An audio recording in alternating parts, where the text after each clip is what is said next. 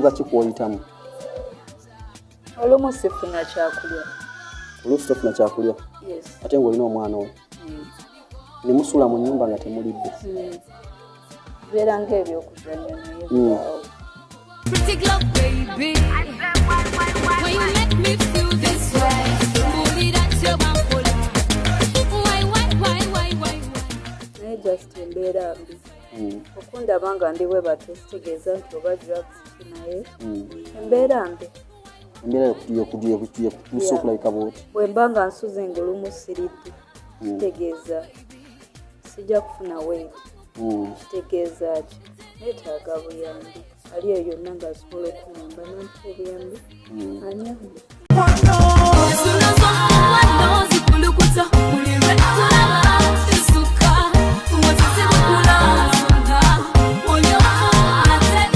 Okwekyawa bwe mba n'ekyayi. Oluusi weekyawa? Kikuleeta n'obeeramu ne weekyawa? Ng'omuntu ntenguwalira n'omutima gwafe. Butuufu yenna alina kyasobola okugatta ku bulamu bwange ng'ovudde mu kusekerera kye kyatuukako. Abeeko kyanyamba atuusa obulamu. Ewaawo ne Mukama. Sisisigwe naye mukwano kuweka kiye kubako kubisa n'omubiri gwe mazima baddemu otulanga kiye. Kale Uncle Tamino alina omuyimbi bamuyita ani mpozi? Oli omuyimbi wo Mukaabya Junior amusimba oluseke buli ddakiika naye ffe tetufunamu. So Mukaabya Junior nkugambye nze sinafunamu. Kale bwe twetandise gwe programu yaffe olunaku olwaleero kansibe nti oli bulungi gy'osinzira okubanga otulabira abali mu America mugamba mutya, abali wano e Uganda obudde buuti obunnyogovu. Bw'obukeeredde mu UK nga ekibugumu kiri mu 40 degrees Celsius. Obugumu lingi nnyo, ebintu ebimu bikwata omuliro. Naye mukwano gwange ali e UK adampa updates eziri eso. Uganda tukyali akawewe kali akasana bwe kaba kaasemu kangi. Abali mu UAE mwezi mu August Dubai era nkomawo mbeeko benkyankalanya ate male nkomewo e Uganda. So muninde ne mu November ate nzije Abu Dhabi. So byebyo manyi Uganda eno buli muntu waali walabira omusana neki n'enjuba. Embeera gye tuyitamu ffenna si ennungi. Bannayuganda abasinga tukoze amannya gawulikise ensi etutegedde. Oluusi ebiseera ebisinga gye biggweera eno amannya gaffe abamu tetugafunamu ng'emyaka gigenderedde n'okusomoza okungi kwe tusanga nga tukola bino bye tukola. Oluusi oli muyimbi, munnamawulire, munnakatemba, kwegamba abantu abali mu butaala ng'ensi ekulaba nnyo gye biwunzikira eno tebibeera birungi. Bangi abamu babeera successful naye era gye biwunzikira nga si birungi. Olunaku olwaleero mu mboozi ey'enjawulo nze ne mwana muwala omukyala omuyimbi yatuyimbira ennyimba ezatukwata omubabiro mu myaka gya 2007 I think 2007 eyo 2006 2009 bwe kiri ndowooza Pretty 2010. Okay. Awo omuyimbi ono Pretty Grow we yayetikira nnyimba oluyimba luyimba n'omugenzi yali Dennis Rakla taito njerabidde. Embeera gyalimu bambi essaawa eno flat si nnungi. Nasazeewo nzire mu munoonyeeko tulabe embeera gyalimu state gyalimu. Obulamu bwalimu abuwangaliddemu atya abutambuza atya. Negatako twandize Pretty Grow oba muyite Gloria namanya nnyo erya Gloria eryo. Oluusi bwe ndyogaanza nti ndi wadda nnyo siri wadda nnyo. Ogamba otya Pretty? Yongera ku ddoboozi akasana kakutabuseeko tukyuseemu tusigale wano. Ogamba otya Pretty? Obulamu buli butya? Si bweyagaza? bwandibadde bweyagaza nga nze omuyimbi nandibadde ndi bweru nga ndikola ng'abalala so tebweyagaza. Omuntu akula basooka omubuuzeeko bambi saawa zino. Balamusizza abawagizi ba Pretty Glow abaagala Pretty Glow music. N'abo abatandekeredde abatanvangamu. Omuntu yandyebuuzizza Pretty essaawa zino abayimbi abasinga essaawa zino bali ku stage bayimba bakola ssente. You made your name nerisoundinga neriwulikika naye state gye nkusanzemu olunaku olwaleero si ye state y'omuyimbi gy'alina okubeeramu gy'alina okubeeramu of course. Buzibu ki? Buzibu buli omu abumanyi. Buzibu buli omu abumanyi. Neetaaga buyambi just kukyusa. Tereze career yange nange nziremu nnyimbe ng'omuyimbi ali established. Naye akasente tetukalaba. Akasente tekalabika. N'ebyatugwako byonna mubimanyi saagala ate tubiddemu. A brief background kukyatuukawo Pretty okuba nti oli wano wetuli essaawa zino omuntu eyasoose okukulaba ng'ali awuliriza music wo naye nga bwe gusoose okulaba interview eno. Zaali drugs. Of course that's a good story. Naye ate tetujja kubeera ku ekyo drugs. Ku mwana naye ekyokola ekirala Pretty njala tugende mpola waliwo omwana ajja mu industry essaawa zino ng'alina kiri kye bamugamba nti bw'ojja mu industry ky'olina okukola bye balina okukozesa you have to use drugs okubeera owakabi. Advice gy'oyinza omuweereza essaawa eno okusinziira ku bulamu bwe wayitamu? Nze ngamba atakwatanga ku drugs tatawaana. N'oyo azinywa yeyambe mpola mpola abiveeko. Buzibu ki obuli mu drugs zino? Obuzibu bungi. Maaso awo nange ndiba njogera obuzibu obubirimu naye nga bo obuzibu bungi. Abatannabategeera buzibu balabire ku nze. Ekyo kyokka kye nnyinza okugamba. Zino drugs zino zirina engeri gye zikwongeramu amaanyi mu kuyimba ng'omuyimbi? Nedda. Tewali kye kizigattako? Zikulimba bulimbi nti kati zitaddemu bw'oti ogenda kikuba? Batugamba ekiseera ebisinga olibwa tuveeyo naye drugs si nnungi. Ffenna tukimanyi tetwefuula bazibe drugs si nnungi ku bulamu bwa muntu yenna yenna. Because kyenjagala ekimbadde njagala mu kino eno interview ebeera educative ku mwana omuwala ajja mu industry eba n'omwana omutajja erinnya osobola oddikola naye osobola oddikuuma otya?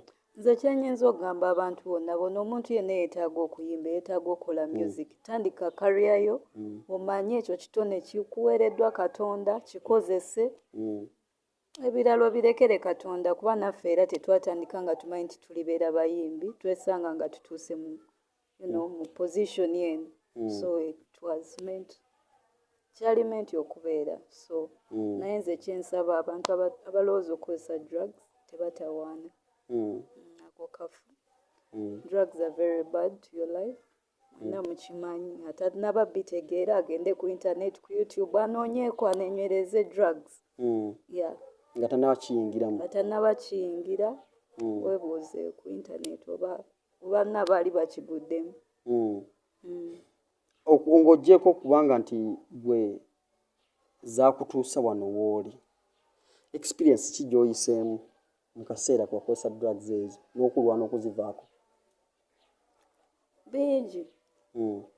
Kuba abantu batandika obutakwesiga bakuyisaamu amaaso famire yo neekutunuulira nga bweyagala teryagala kuwa buyambi kwegamba buli omu aba yeekwasa kimu oli munyiwanjaga oli munyiwanjaga ne bataagala kugyawo the causes ezikuleetera ekyo naye nga bonna beekwasa kimu kuyisaamu maaso and all that. So si kirungi tekinsanyusa era kinyigiriza obulamu bwange paka ne kati okuba nga siina na buyambi ng'ate nina ne family. My family is well off so saagala njogere nti oba tebanyamba naye ng'omuntu era wandibaddeyo ekiraga nti nyambiddwa naye sinaba kufuna buyambi.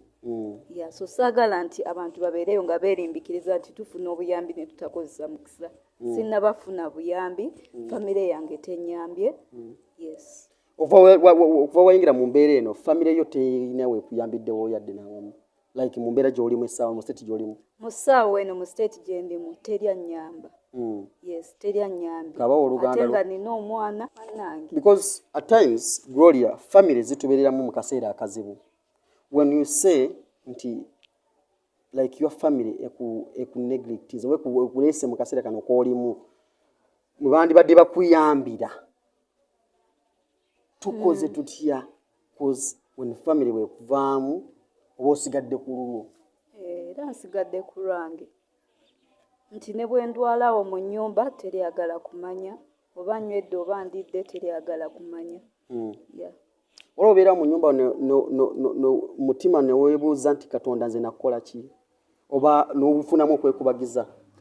Nze nkimanyi Mukama byonna ebiriwo byali mu pulaani naye mmanyi nti wajja kubaawo enkomerero ennungi mu byonna by'oyiseemu. I believe lumu kijja kugwa kyenyinza okugamba era n'abalabe baliswazibwa n'abo abalowooza nti ensi ekono bajja kuswala nga pretty glera nkomyeyo nga ndi bulungi. Kyenyinza okugamba mu kaseera koli mu mbeera ki gy'oyitamu ekusinga okukunyigiriza omuntu gye yandyagadde okumanya ne tutandikira awo? Sooka kya byonna nnumwa nnyo okuba nga nina music omulungi nga simuwulira nga li played anywhere. Sijja gamba nti oba buzibu bw'abantu oba maybe stamps of music naye abamu tuba music ne batabaako kye bamukolera ne batamukuba.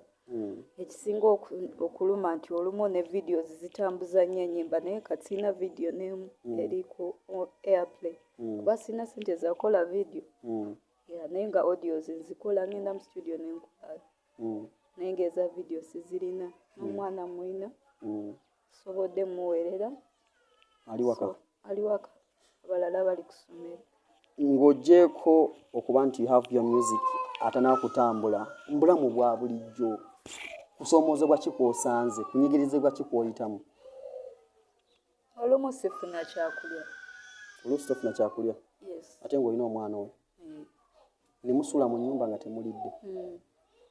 Bibeera ng'ebyokuzannya naye bibaawo saagala tubiremereko nnyo naye yenna yali ayiseeko mu mbeera eyo gye njogera nkimanyi nti akimanyi nti kisoboka. Bwe mba nali muyimbi w'amaanyi oba kati nga sikyali so kisobokera ddala. Naye okusinga okuseka n'okusinga okubeera ng'abantu banzijako interviews ez'okunsekerera n'okubeera nga balowooza nti oba baagala okunkolako amawulire si kituufu era sikyagala. Tesinsanyusa kuba nze sirina buyambi bwe nali nfunye ate ng'abantu bali eyo balowooza nti nze nfuna obuyambi. Sirina buyambi bwe naafunye. Essaawa zino kuba si kyangu omuntu okusula enjala ne bukya n'olaba nga bukedde bwe ruti nga ate n'oluddako tomanyi kiddako. Ozi omuntu atulaba essaawa zino bwe tuba nga twetaaga atuyambe mu kaseera ke tulimu akuyambe ki kye weetaaga mu mbeera eno gy'olimu kati? Singa nsobola okufuna capital n'entandika okukola kyandinyambye kubeera nali mukozi wa business nali nkola ne we nayimbira music era nali nina business nga neeteekamu ssente sigamba nti oba banteekangamu nnyo naye nange nateekangamu ssente kuba nali neekozesa nina edduuka ntunda mifaliso ngoye z'abasajja ez'abakyala so mu butuufu singa mba nsobola okuddamu okufuna bizinesi gyenkola nenfuna capital kisobola okunyamba nekyusa obulamu bwange nensobola okwekolera ezo zi videos buli kimu nekitannemakola nempeerera omwana na buli kimu obulamu nebubeera bulungi naye buli wembeera awo ngetinga frustrated nga ndaba tewali kikyukako kitegeera so it really puts me in a bad position. Kati twetaaga capital okulabika nti otandika okukola ebizinensi yo noyiiza buli kimu gwosa okyeyiiza ne management eri eyo ng'esobola okunsigning under the record label eri serious ne bankolesa ne tukola music because music is my life. I love music. Tukyagenda maaso ne Priti ensonga tuzikwata mpola mpola olabika nti tuuka wetulaga olabika nti tuggusa kye twagala okuba nga tuggusa olunaku olwaleero era bwe tuba tusazeewo ne tunoonya omuntu bw'ati bingi bye tulina okumuyigirako weewaawo.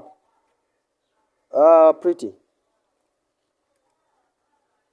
omuntu atulaba weewaawo osomesezza abaana obutakozesa biragalalagala, obutayingira mu groups eziyinza obbaleetera obuzibu. Omuntu yandyebuuzizza Pretty nga tuze mu mazima drugs wazivaako Pretty? That's one question. Wazivaako? Nazivaako. I'm trying to detox. Naye just embeera mbi.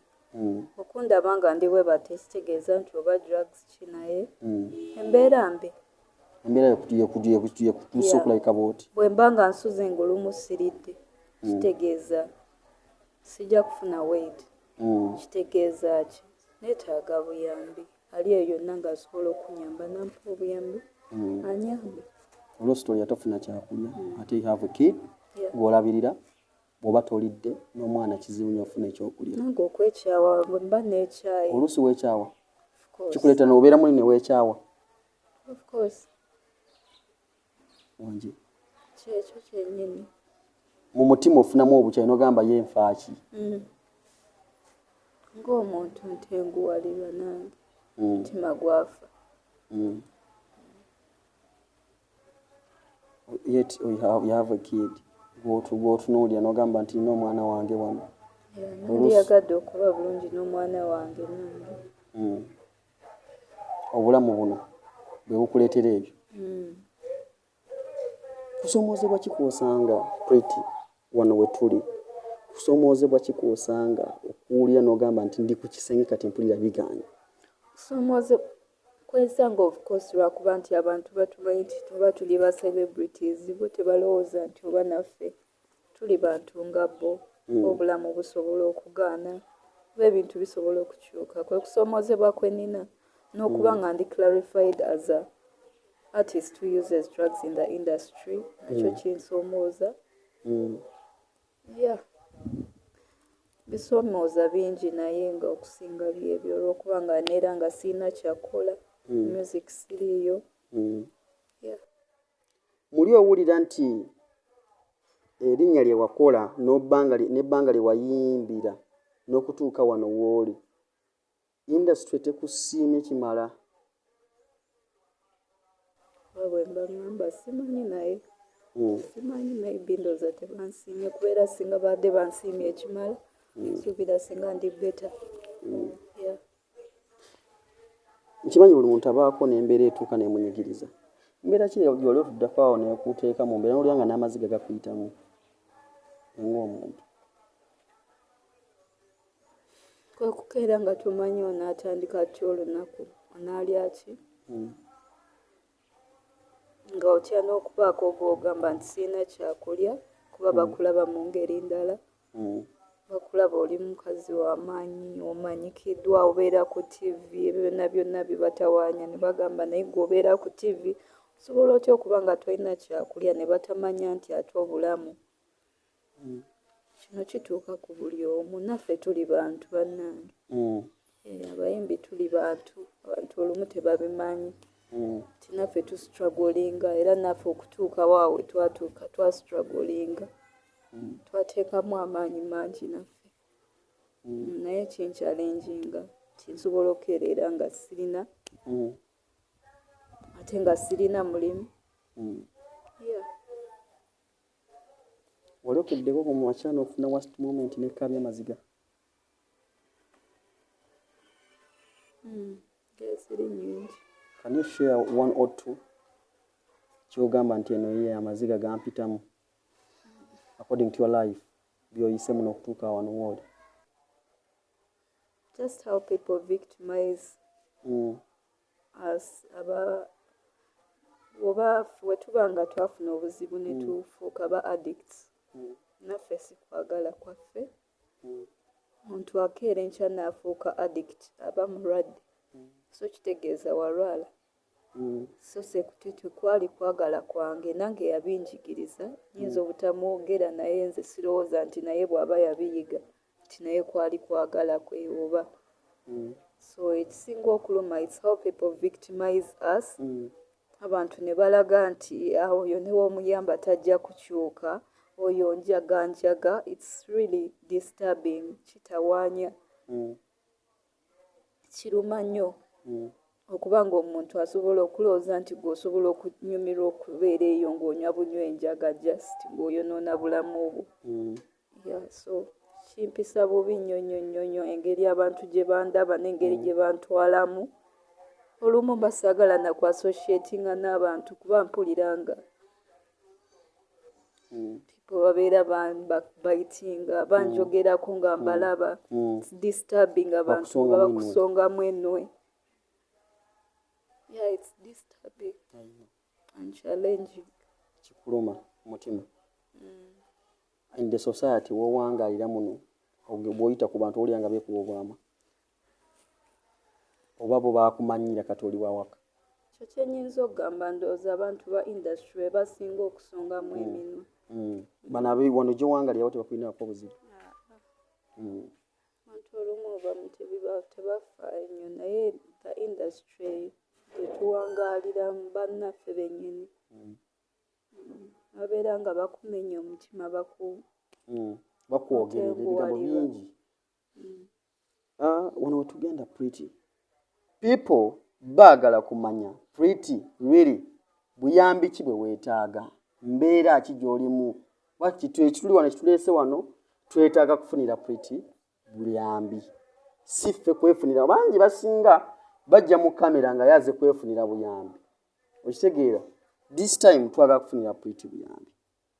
Kyo kinaaba kisobose kyonna mubuulire ennaku gy'oyitamu naki kyayinza otuyamba essaawa zino. Yenna ali eyo ng'akimanyi nti waliwo embeera ezituuka ku bantu. Embeera yantuukako nenzikiriza. Nzikiriza nti neetaaga obuyambi. Ng'era omuntu yenna ali eyo ayagala Pretty Glow music. Yali alabyeko Pretty Glow ng'ayimba era nga yeeyagaza mu time ye. Saali bwe nti naye nsaba munyambe mwenna abasobola. Maybe I can find something to do. Nendaba awo nsobola okubeererawo omwana wange nange neneebeererawo era nenkomyawo ne career yange kuba byonna bikolebwa ssente. Atalina ssente oba ogenda kunyumya bigambo. Sirina bigambo bye ngenda kunyumya. Buli omu agala ssente. Embeera mugiraba. Ne ghetto president amanyi embeera nga bwenyiga yali akibaddemuuko. Bobi Wine. Yes, Bobi Wine kimanyi amanyi embeera bwenyiga ya ghetto. Naye ffenna tuli mu mbeera ya ghetto kweyiiya. Naye nsaba busabi yenna asobola okubaako kyabaako kyanyamba. Yenna alina kyasobola okuyamba. Mutuufu nja kusiima nnyo naye nga neetaaga obuyambi mbeeko kyenkola kyusa obulamu nziremu nnyimbe ng'abalala ndekera okubeera mu nnaku okubeera nga neekubagiza okulowooza nti byakoma ebyange. Nsaba omuntu yenna alina omutima omuyambi ali eyo nabeeko kyanyamba nsobole okuza omwana wange nange nga yeeyagaza ng'ate tabeera ku ssomero ne bamusongamu engalo biruma. Oluusi bamusongamu ennwe bagamba omwana oyo. Of course abaana baba celebrities okimanyi kibayitamu. I'm sorry to ask. Taata w'omwana gy'ali? Ebyo sijja byogerako.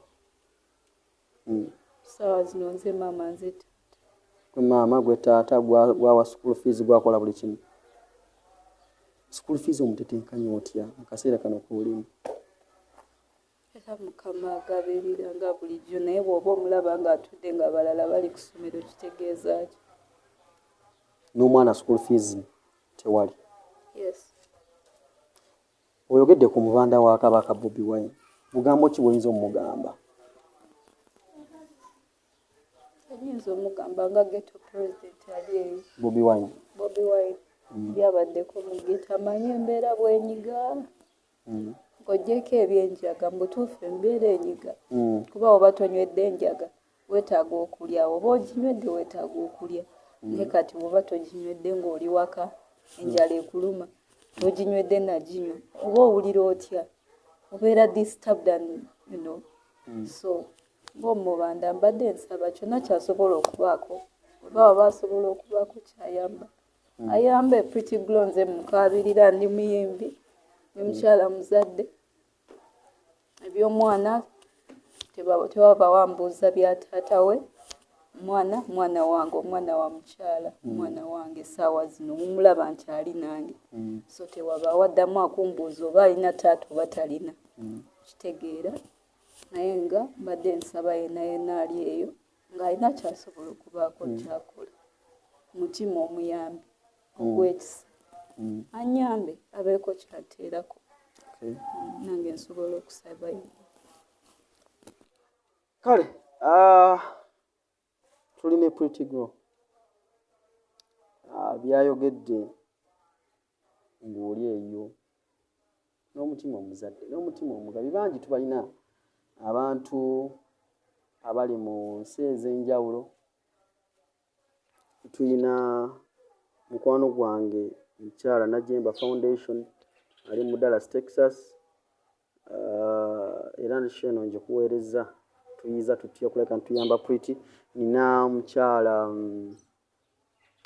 Juliet Zawede ali Boston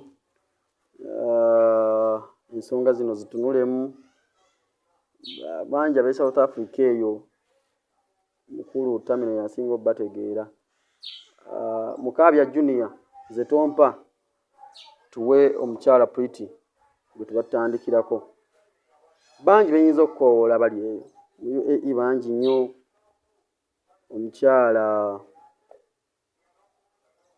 ali awo mu UAE mwerabidde omukyala Aisha omukyala Fati wa Clarion mukyala wuno twagala tumudduukirire weewaawo bangi basobola otuyamba mu kaseera kano ke tulimu Pretty bangi bayisobola otuwa obuyambi mu kaseera kano ke tulimu olina bw'oyinza okukoowolako n'ogamba nti gundi bw'ati bo omubanda ye tumukoowodde ye Bobi Wine era ensonga alina ozifuna bulungi ezo tulabe engeri gye tutandikamu bangi olina gw'oyinza omulala gw'oyinza otugamba gwe tuyinza okukoowola essaawa zino n'atuyamba mu mbeera gy'olimu Amafiina we maama w'abangi amafiina amafiina kozi ng'oli olaba oli mukyala muzadde mamita Pretty Glow ndi mukyala muyimbi wali olabyeko ndooza interview zange naye butuufu bukyanga nkoowola nga ndajja nanyambe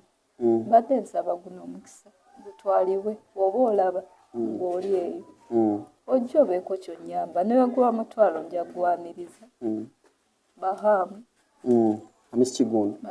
Hamisi Kigundu kimanyi naawe omanyi naye woba ng'oli era ng'olina kyosobola okubaako kyoyamba obulamu bwange abantu bangi bamanyi butuufu yenna alina kyasobola okugatta ku bulamu bwange ng'ovudde mu kusekerera kyekyantuukako abeeko kyanyamba nkyusa obulamu ewaawo ne Mukama alibawo omukisa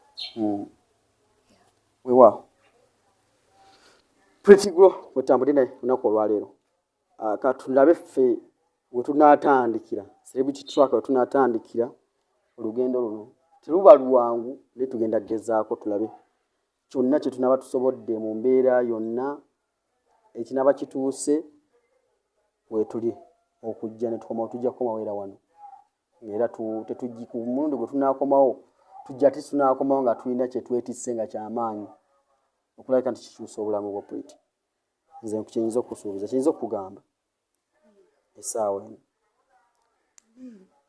kale nyinza obutasukkawo wano nnyo kiri awo katutandikire awo n'abantu ab'enjawulo bwe twogeddeko tusaba mu mbeera yonna tuyambibwe lwange ne ttiimu gye nkola nayo mwana mulenzi Tamino lwaki wayita Tamino oli Tamino ki positive naye mwana sobola okujja eno nibayita batya Pretty Matugga Kavule tuli Matugga Kavule abamanyi Matugga gye tuli lugendo kagendo kawanvu mukko okuviira ddala mu matuga ku main ndowooza eri matuga ku main wetubranchingidde okutta ku kyese muto si kino kye tuyiseemu okutuuka wano wetuli essaawa zino naye ku lugendo luno tusaba naffe mutwegatteko tusobole okuyamba mwanyinaze waffe mwanyinaffe Pretty Glow bangi bawuliza nnyo music we mumanyi mulina ne mu ssimu zammwe ogenda ku YouTube noteekamu Pretty Glow Uganda mwali music mwali osobola okuwulirizaamu n'omanya muntu ki gwe tubadde twogerako naye nako olwaleero sijja kwerabira abanteekamu akasimbi okubanga ntambula banaffe abasula motors emakindye bakutegeeza nti muganda wange yabafuna motoka ya kirooto kyo sente mpolampola kibanja mpolampola tandika okuvuga wali tosuubira nti osobola okuvuga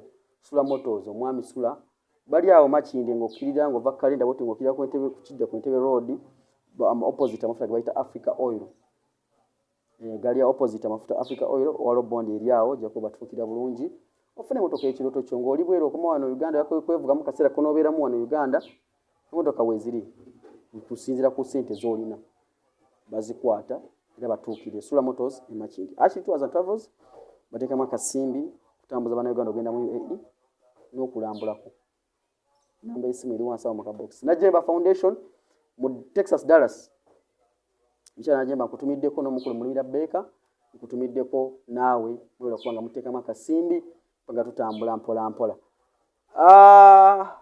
Beka event bakutegeeza nti bakuleetera Joe Stede mu USA Texas nakuzo mwezi 2 August bakutegeeza nti muganda nguyamba wetegeke engatte ez'okudigida kesa budde bamuleese awo mu USA ntambudde n'erezimenta ku kamera alina omutwe munene ali awo kyali singa byabyo bwetambudde kyona okola kikusubscribinga n'otugoberera mu programu zaffe ez'enjawulo zitutuusaako nze bwenti wembatadde tukwatagane olundi mbere bulungi mwera